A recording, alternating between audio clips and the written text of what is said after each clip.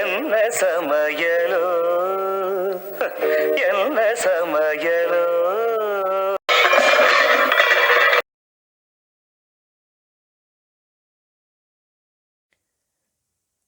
சின்ன வெங்காயம் போட்டு வத்த குழம்பு பண்ணலாம். அதுக்கு 20 சின்ன வெங்காயம், 2 தக்காளி பொடியாக நறுக்கி வச்சுட்டுருக்கு, 3 டீஸ்பூன் நல்லெண்ணெய், 1 கப்பு புளி தண்ணி, 1 டீஸ்பூன் கடுகு, 3 கட்டி பெருங்காயம். கட்டி பெருங்காயம் இல்லைன்னா இந்த பெருங்காயமும் யூஸ் பண்ணிக்கலாம். 1 டீஸ்பூன் மஞ்சப்பொடி, 2 டீஸ்பூன் சாம்பார் பொடி, தேவையான அளவுக்கு உப்பு, கொஞ்சம் கருவேப்பிலை, 4 வரமிளகா. கடைசியாக தாளிக்கிறதுக்கு சுண்டைக்காய் வத்தல் ஒரு 4 சுண்டைக்காய் வத்தலும் 1 ஸ்பூன் மணத்தக்காளி வத்தல் எடுத்து வச்சுருக்கேன். 1/4 டீஸ்பூன் வெந்தயப்பொடி. கடுகு போட்டுடலாம். கடுகு வெடிச்சிட்டு பெருங்காயம் போட்டுட்டேன். பெருங்காயம் கொஞ்சம் பொரியட்டும்.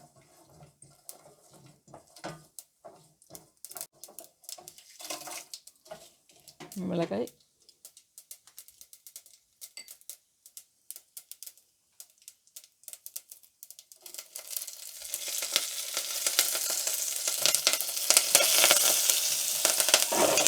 வெங்காயம் போட்டுலாம்.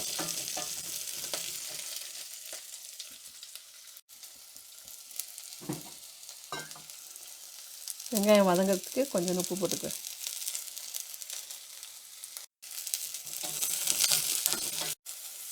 வெங்காயம் ஒரு 2 நிமிஷம் வதங்கட்டும். அதுக்கப்புறம் நம்ம தக்காளி போடலாம். வெங்காயம் கொஞ்சம் வதங்கிட்டு தக்காளி போட்டுறேன்.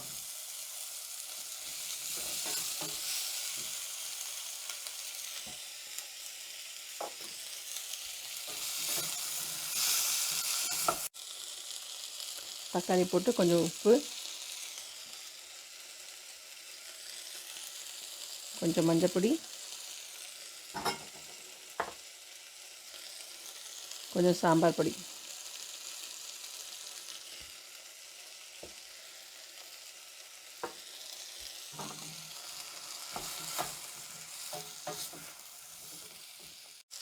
கொஞ்சம் தக்காளி கொஞ்சம் வதங்கட்டும். அதுக்கு ஒரு 1/4 கப்பு தண்ணி ஊற்றிக்கிறேன். அதுக்கப்புறமா நம்ம புளி தண்ணி போடலாம்.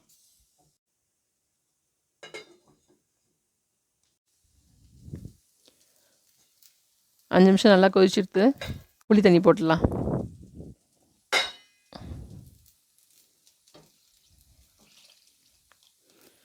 அப்படியே ஒரு 1/2 கப் தண்ணியும் ஊற்றிடலாம்.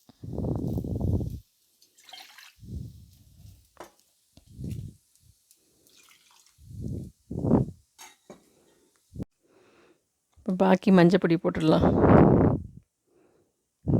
சாம்பார் பொடி,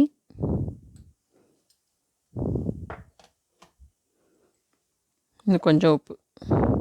இப்போ இது எல்லாத்தையும் நல்லா மிக்ஸ் பண்ணிவிட்டு நல்லா கொதிக்கிட்டோம். நல்லா ஒரு 10 நிமிஷம் நல்லா கொதிக்கிட்டோம். அப்பப்போ பார்த்துக்கலாம். நல்லா புளி வாசனை போகணும்.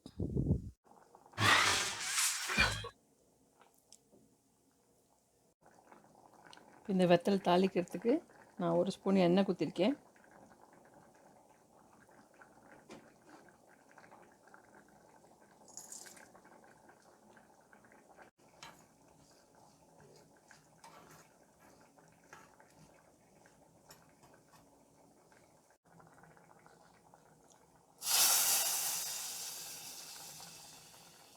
வத்த குழம்பு ஆல்மோஸ்ட் ரெடி ஆகிடுது.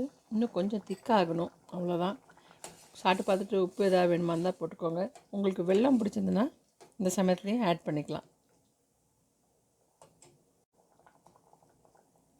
நான் இன்னும் ஒரு 1/4 ஸ்பூன் உப்பு போட்டுக்கிறேன். இன்னும் கொஞ்சம் கொதிக்கிட்டோம். கொதிச்சு எடுத்துனா அவ்வளோதான், வத்த குழம்பு ரெடி ஆகிடும். இப்போ நல்லா திக்காகிடுது. இன்னும் கொஞ்சம் ஆற இன்னும் கொஞ்சம் திக்காகும். உங்களுக்கு ரொம்ப திக்காகணுன்னா கொஞ்சம் அடுப்பில் வைங்க. இல்லை உங்களுக்கு சில பேர் வந்து அரிசி மாவு ஒரு ஸ்பூன் அரிசி மாவு தண்ணியில் கலந்து கூட குழம்புல சேர்த்துப்பாங்க. அதுவும் திக்னஸ் கொடுக்கும். பட் எனக்கு அது பிடிக்காது. அதனால் கொஞ்சம் 2 கொதி விட்டேன். திக்காகிடுது.